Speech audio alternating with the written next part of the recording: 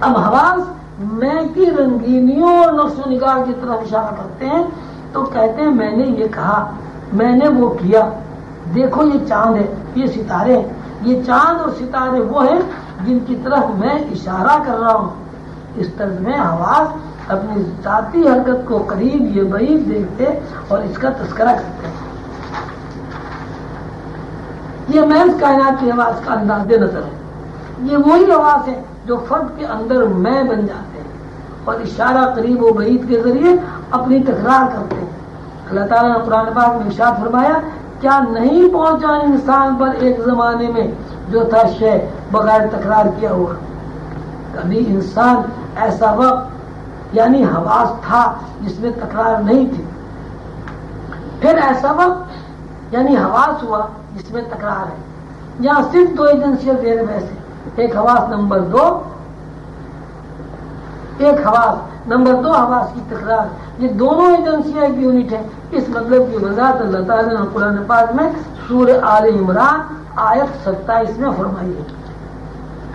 اس آیت میں اللہ تعالیٰ نے اپنا دستور العمل بیان فرمایا۔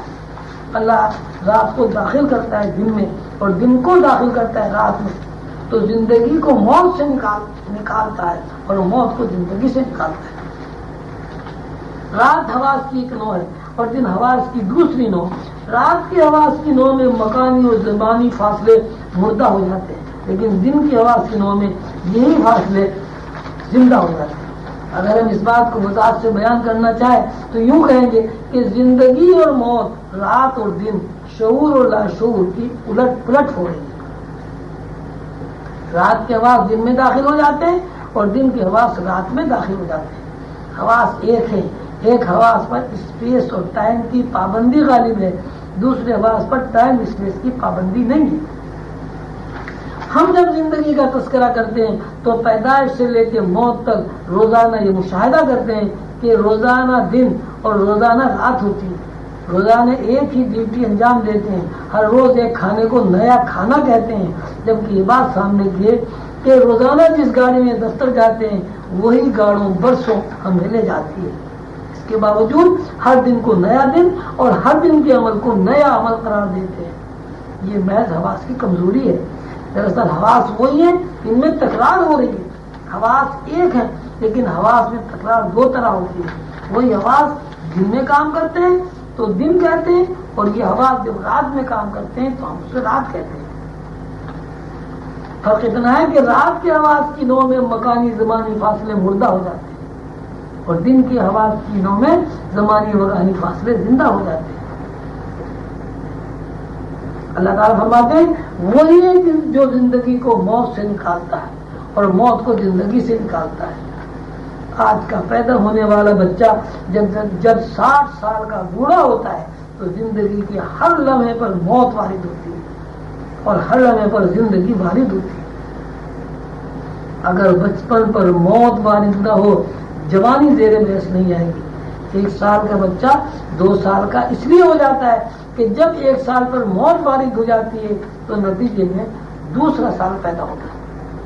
اس کو اس طرح کہا جاتا ہے کہ اللہ زندگی کو موت سے نکالتا ہے اور موت کو زندگی سے نکالتا ہے۔ اس طرح کا انکشاف ہمیں روزانہ خواب کی دنیا میں ہوتا ہے۔ زید خواب دیکھتا ہے کہ وہ اپنے ایک دوست سے باتیں کر رہا ہے، حالانکہ اس کا دوست دور دراز فاصلے پر رہتا ہے، لیکن خواب میں زید کو احساس بالکل نہیں ہوتا کہ اس کے اور دوست کے درمیان کوئی فاصلہ ہے۔ ایسے خواب میں مکانی فاصلے صفر ہو جاتے ہیں۔